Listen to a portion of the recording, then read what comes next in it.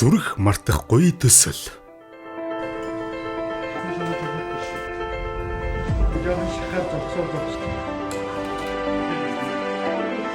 Швейцарын хөгжлийн агентлаг Бундан төрийн бүс байгууллагын зүрх мартахгүй төслийг дэмжин 2020 оноос эхлэн хамтран ажиллаж байна.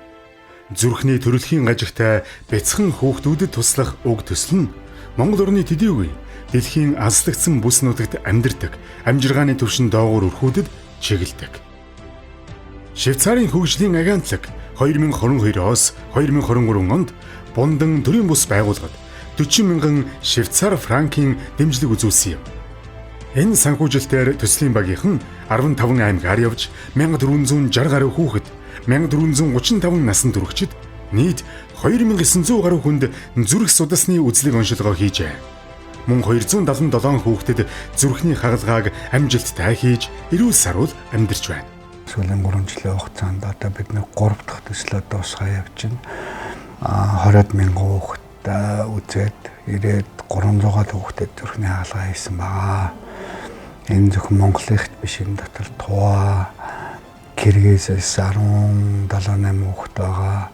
Афганаас одоо удахгүй хамтраад бид хойд солонгост Кэмерсийн хүүхдийн сантай нийлээд хүүхдийн төв зүрхний эмнэлэг дээр нь хүүхдийн зүрхний мэслийн сургалт эмчилгээ эхлэх гэж явж байгаа. Тэгээд Швейцарын ард түмэнд тэр хүмүүсийн татвараар бидэнд тусалж байгаа. Швейцарын хөгжлийн агентлагт бид гүн талархалтай явж байгаа.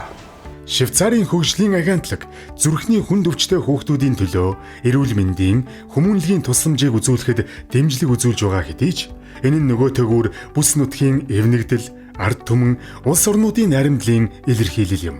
Дэлхийн нийтийг хамарсан ковид цар тахлын үед буюу 2020 оны 7 дугаар сараас анх зүрх мартахгүй төсөлтэй хамтран сайн үйлсийн хүмүүнлэгийн тусламжаа эхлүүлснээс хойш өнөөдрийн хүртэлх хугацаанд төслийн багийнхан 75068 км замыг туулан Монгол орны бүх 330 сум цаашлаад хил дамнан Тува, Киргиз, Афганистан улсын 1087 бяцхан хүүхдэд зүрхний хагалгааг амжилттай хийж нийт 30,050 хүүхэд том хүнийг үзлэгт хамрууллаа. Төрж байгаа бүх хүүхдийн 1% нь швейцарч байсан, монголч байсан, японч 1% нь төрөлхийн гажигтай гардаг зүрхний. Монголын төрөлтөөс шалтгаалаад 800-аас орчим хүүхэд зүрхний хагалгаа хийх шаардлагатай. Эндээс нэг яралтай тэр жилдээ орох ёстой 500 орчим хүүхэд байгаа. За дээр нь бид нэр Киргиз, Афган, Солонгосын төслүүд нэмэгдэж байгаа. Тийм болохоор одоо бид нэг жилдээ 350 орчим, дээдлэн 400 орчим хагалгаа хийж байгаа. Энийг нэмээд нэг доотлон 500 өрөх маяр байна.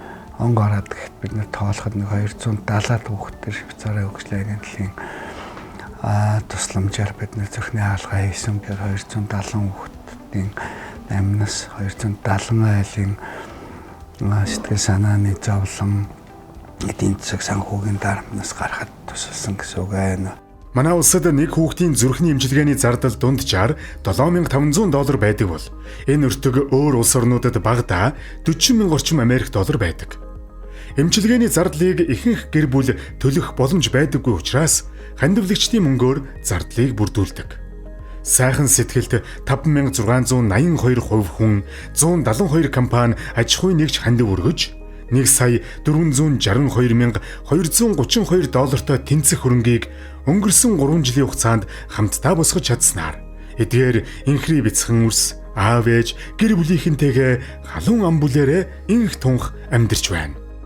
Төслийн багийнхан гэрэлд ирээдүй болсон бяцхан хүүхдүүдтэй амьдрал биелүүлэх аянаа амжилттай үргэлжлүүлсээр байна.